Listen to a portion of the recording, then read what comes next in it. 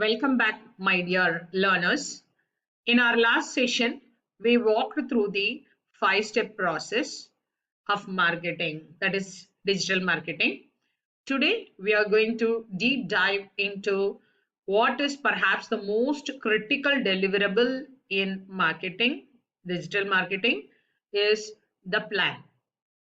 Specifically, we will build a complete marketing plan in this session covering the objectives, buyer personas, content strategy, channel strategy, timelines, budget, and measurement.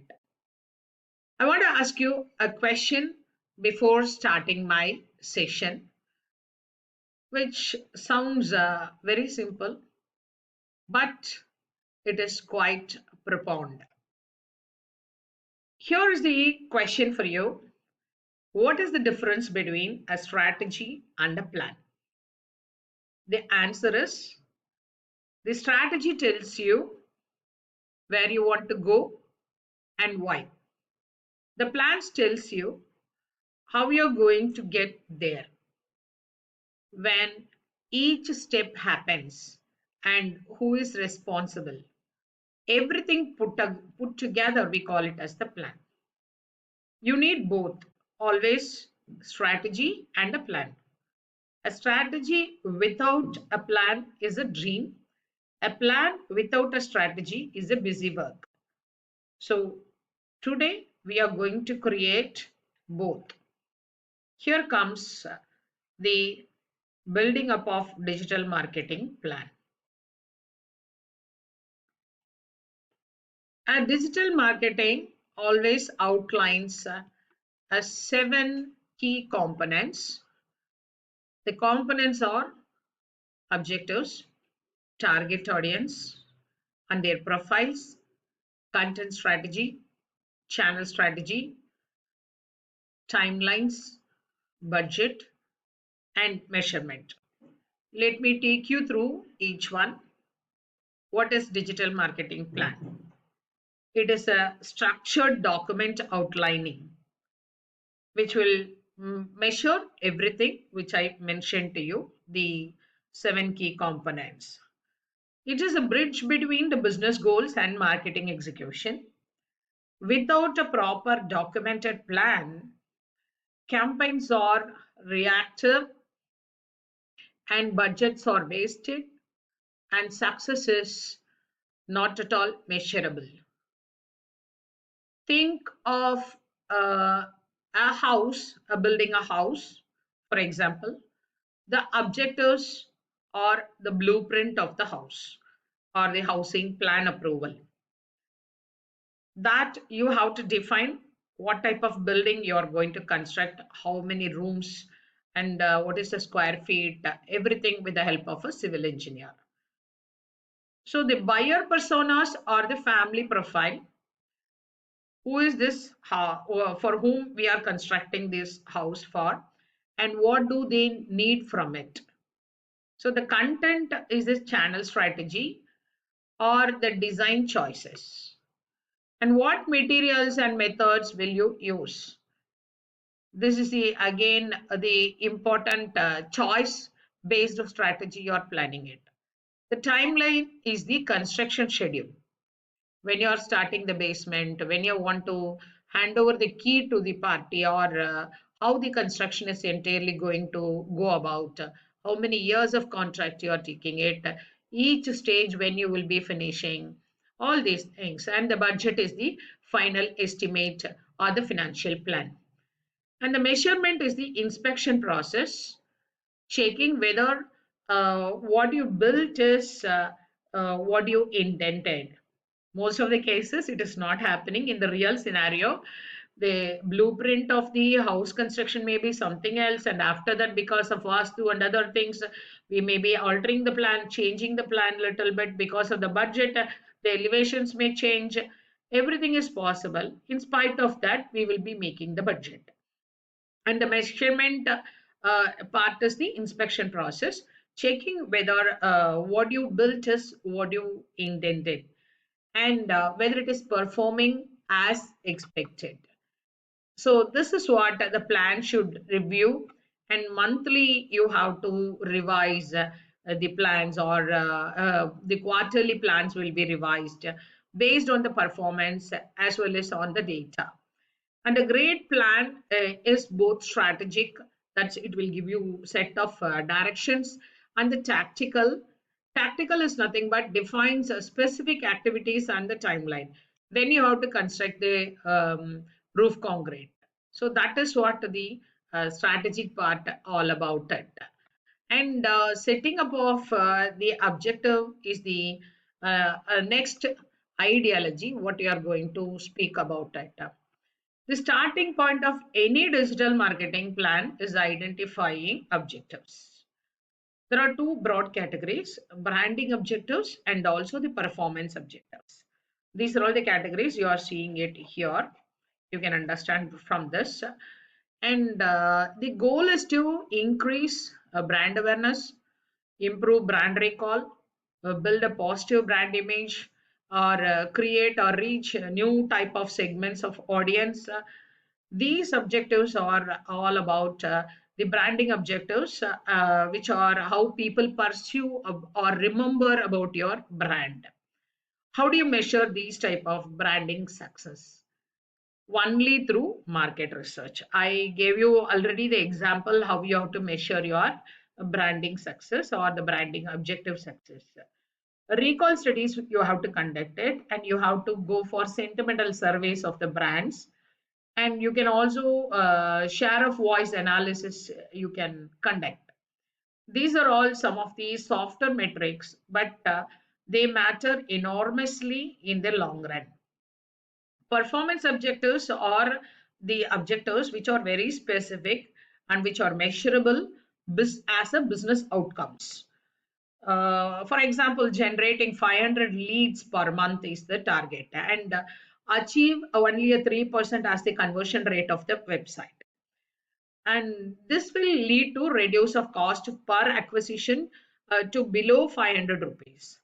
So grow email subscribers by 20% in this quarter, or there are hard metrics directly tied to revenue and business growth also. How to improve the performance of your particular site or particular blog, that will be done through CTR or CPA, or the other metrics like ROI. That is what I had given as an example. You are generating 500 qualified leads per month and 200 rupees CPA via Google Ads is one of the examples we can take it. But whether the key discipline is to set objectives before you start spending any money, objectives drive every other decision in the plan. So that's what it is supposed to be. The first one we are going to decide while you are doing a digital marketing. If your objective is brand awareness, your metrics will be the number of impressions or the reach alone, that you have to calculate it, and you will invest in platforms that make visibility more. That is the objective, because you want to create a brand awareness or brand recall. If your objective is lead generation, then this is performance oriented lead generation metrics, and your metrics will be in the form of submissions, cost per lead, and you will invest in platforms like Google Ads with a high intended audience. The developing buyer personas. Always make your objectives very smart. I gave you already what is meant by a smart objective: specific, measurable, achievable, relevant, and it is time bound. So grow on social media is not an objective. Increase in, Instagram followers for 5,000 to 8,000 or 9,000, 10,000, etc. within a specified period of time through daily reels or content. One can paid for promotion per week. With that smart objectives, we will be closing that objective forming in the plan. The second one is the developing buyer persona. What is this developing buyer persona? The component is nothing but it is a semi-fictional profile of your ideal customers, which is built from real data rather than assumptions. The This is one of the most powerful tool in marketing. because I want to make you sure to understand how it is usually working it, or how it is usually correct. You have to identify the correctness. First, why do we need persona? Persona, everyone is in not a target audience. We cannot consider whoever is coming to your site is your uh, potential customers. The more precisely you define who you are talking to, the more relevant your message becomes, and the more likely it is to be resonate. A personalized message always outperforms the generic one. So that only we are analyzing the developing of buyer persona, whom we are preparing the content. Second, always create multiple persona. Real customers are not the homogeneous groups, they are in different groups. A brand which is selling shoes might have different persona. That's the competitive athletes, they may use their shoes. Who trains the for marathons, or who trains for fitness, those enthusiasts daily going for walking, who runs 3 times a week for their health conditions. And these people usually sometimes weekend joggers who also want to be comfortable when they are jogging, they will also use the shoes. So each of these people have different motivations and different price sensitivities, and different the media habits also. How you are going to build a persona? I'm having now three persona. One is the sports person, the second person is going for gym, and the third person weekend joggers. So these are all multiple personas which I am having it. If I am a manufacturer of a shoe, how I'm going to build a persona? We have to gather information across three important dimensions. Who is the customers and what is their demographic profile? And you should also analyze their age, the gender, the location, title of their jobs, and what is their education level, what is their income level. Based on that, the you can identify who is your target audience, who is the persona you are seeking for. Suppose you are going for Nike, Skechers, it depends upon the income level. Very high athletic shoes are available in Skechers, also working shoes are available. So you have to find your persona, what the psychographic and behavioral profile that you have to identify, and what are all their goals. They are going to become a marathon runners or athletes, or they are going to go for reduce their weight, or health conscious, or just a jogger, weekend jogger, and what problems they are trying to solve through using these type of shows. What are their interests or the passions? You have to identify what media do they always go into or look into, either they are in Instagram or in Facebook or in YouTube. For fitness, people usually go for shorts. Shorts videos are going in a higher views in the social media. And what social platforms do they use? We have to identify, and what triggers their purchase decisions, whether it is used by the influencers or famous sports authorities, or any YouTube videos, fitness personalities. What would be your evaluator or elevating pitch that can convince them? You have to identify that also. This tells you how to sell them, how we are going to sell these type of products to them. Where do you get the information? I gave a lot of examples, but one such example is the Google Analytics. You can go to Google Analytics audience report. That will give you demographic profiles and geographic data about existing visitors of your site, and social media insights, which will reveal actually your audience interest and behavior. Customer interviews also, surveys also will provide you the direct qualitative and quantitative insights. CRM data, that what you are having it, your site traffic, which also will tell you your who are all your best customers, who are all the people coming to your shoe company already, or start with your best existing customers and build backward them. And let us build a quick persona in our class.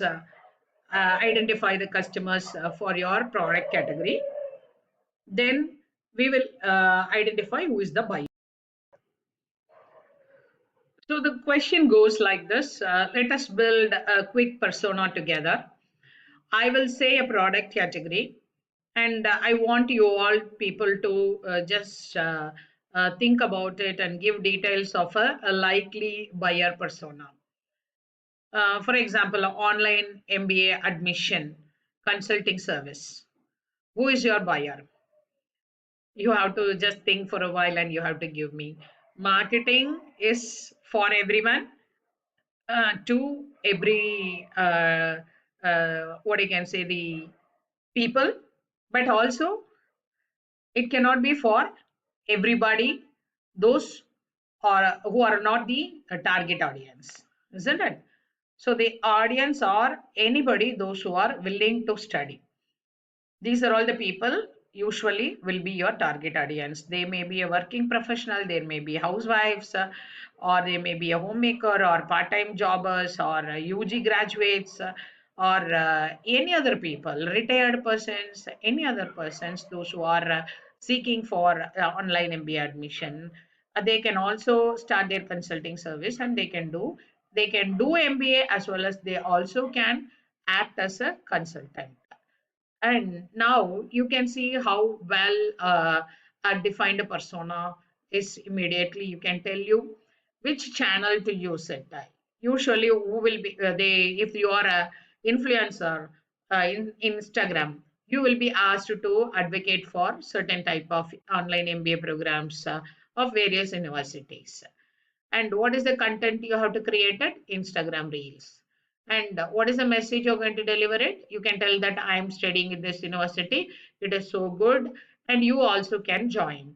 You can advocate the particular course, and people will study, and obviously you will also get income in that. The next important category, what they are talking about, is the content strategy and the channel timelines, how we are going to prepare it.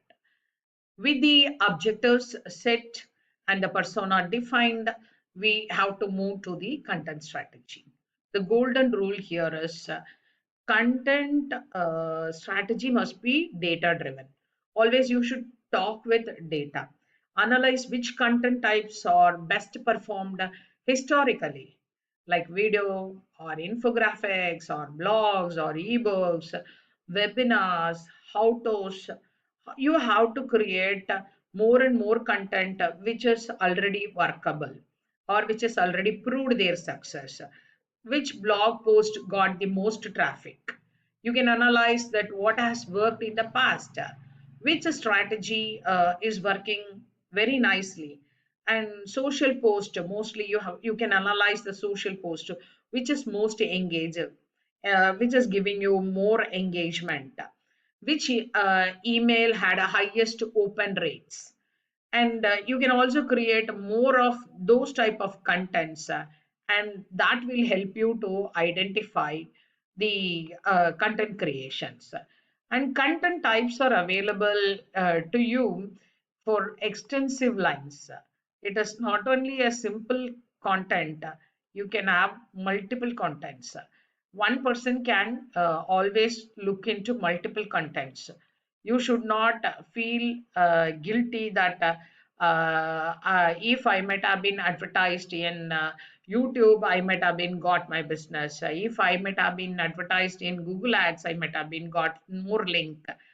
You should not regret later. So always the content types which is available exclusively, the videos, the blogs, the articles, the infographics, ebooks, webinars, podcasts, social posts, emails, newsletters, case studies, and interactive tools, chatbots, what and what not. Everything you have to think while you are planning. And your content mix should also reflect both what your persona prefer and what works for the channel. If it is short term, then you have to go for you have to work brilliant AI videos. You can see nowadays in the Instagram that people are producing beautiful anime videos, and they are telling their stories And long-term content works with LinkedIn-like structure or blog-like structure. Those contents you have to concentrate for long-term lead generations. Email also works for certain type of people, those who are in the nurturing existing subscribers. If you are having it, then you can just send them emails about your new arrivals, new offers, discounts, even SMS also. And now we are having different type of channels available, and channel strategy will also ask you that your persona, who are all your persona and what are all their objectives, which digital channel will you invest, your capability of investment. I can find a very great influencer, but how far you're going to pay to him is a question mark. How much will be affordable for you, and how will you divide your resources between them? Because if you are concentrating, when I was talking, I was telling about so many things like blogs, infographics, ebooks, webinars, these, that, and all, short films, all those things, you're going to spend your budget. So you should remember how I'm going to equalize my budget to all these type of content creations, and which is going to be create your future prospects. The return on investment also should be calculated. Will you focus on paid search, or will you focus on organic social emails, or what is the mix of both you're going to do it? Within the social media, which platform will you prioritize? Instagram, LinkedIn, YouTube, Twitter? What is your preference? Those things should be taken care of. And timeliness, this is the best thing you have to plan.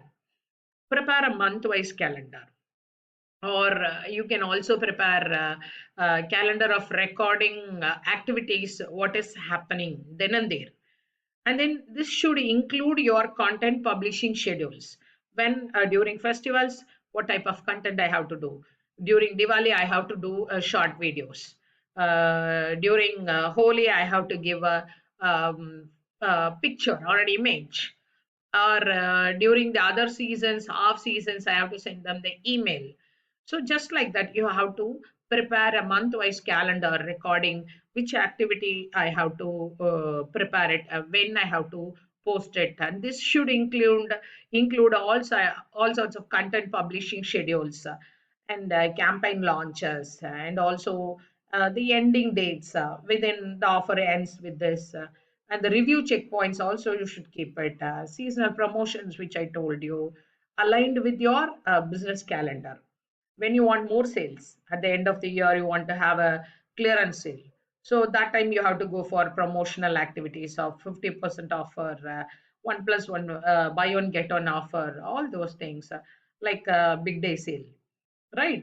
So the right channel depends on where your buyer persona spends their real time, and it will tell you that how you are going to change your timelines. And timelines will be prepared, I told you, per month content, and campaign calendars, you have to prepare it week by week, break it down when I'm going to release what.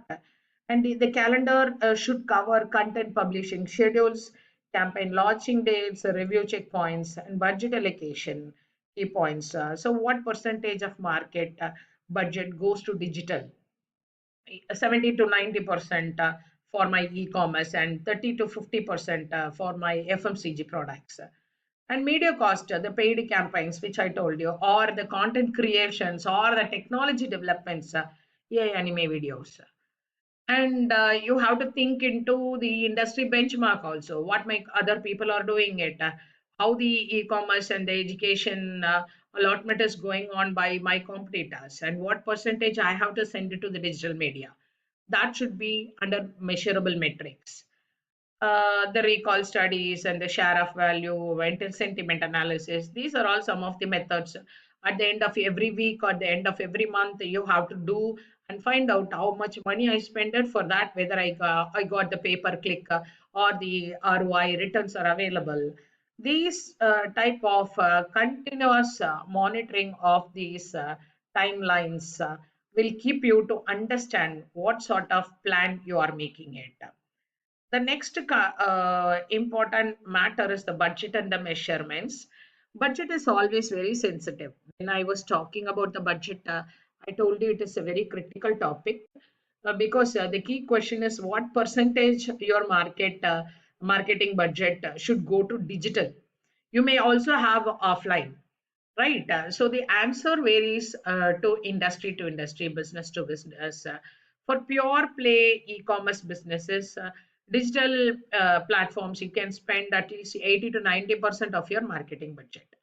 For the traditional industries like manufacturing, agriculture, or it might be only to 20 to 30% you can. For the education sector, for the financial sectors, for the automobile industries, or digital investment sectors, you have to spend it typically high, because these industries see the strongest ROI from the digital channels. And how do you allocate your digital budget is the next question. Always split it across three categories. One is for the media, that is what is the media cost. Then how much you are spending on paid campaigns across Google Meta, LinkedIn, and other platforms. The second one is the content creation. The cost of creating videos, photography shoots, blog article writings, graphics, and other content assets. The third one is a very important one, that is nothing but the technology. Technology always costs more. That is your website development, your app development, your AI development, chatbot developments, marketing automation tools, and CRM software developments. So all these things matters a lot for you. Finally, the measurement, every objectives, what you set in the beginning of the plan have to be corresponding with the metrics, proper metrics, calculation measures. You have to set up branding objectives. Your what you can say, the measurement variables should be involve recall studies and the sentiment analysis. If you set the performance objectives, your measure is already, I told you about CTR, conversion rate, ad spend, etc. So set up your measurement dashboards also, if possible. If you launch any campaign, you just identify with the dashboards. Define your KPIs, key performance indicators, your reporting frequencies, and also who is responsible for reviewing the data. That is more important. The data will be flowing like a shower, but who is going to take the data and what action you're going to take on that? So that is, you have to plan accordingly. Then I will put a question to you to think or imagine.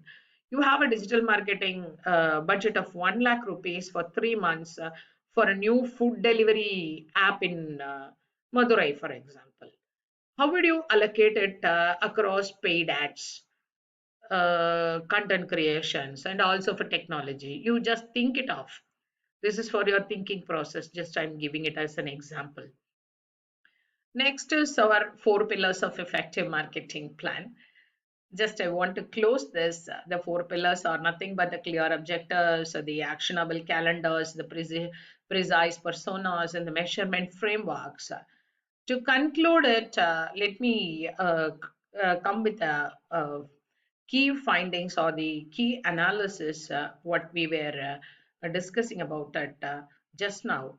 The key takeaways are a digital marketing plan should have objectives, persona, content, channels, budget, measurements, but it will be set for both branding objectives as well as for the performance objectives. Then the multiple buyer personas who is going to buy it, and which area they belongs to, which age category they belongs to, and what are all their goals and why they are motivated to buy. These things you have to analyze. Let me bring everything together. A strong digital media plan always rests on four pillars.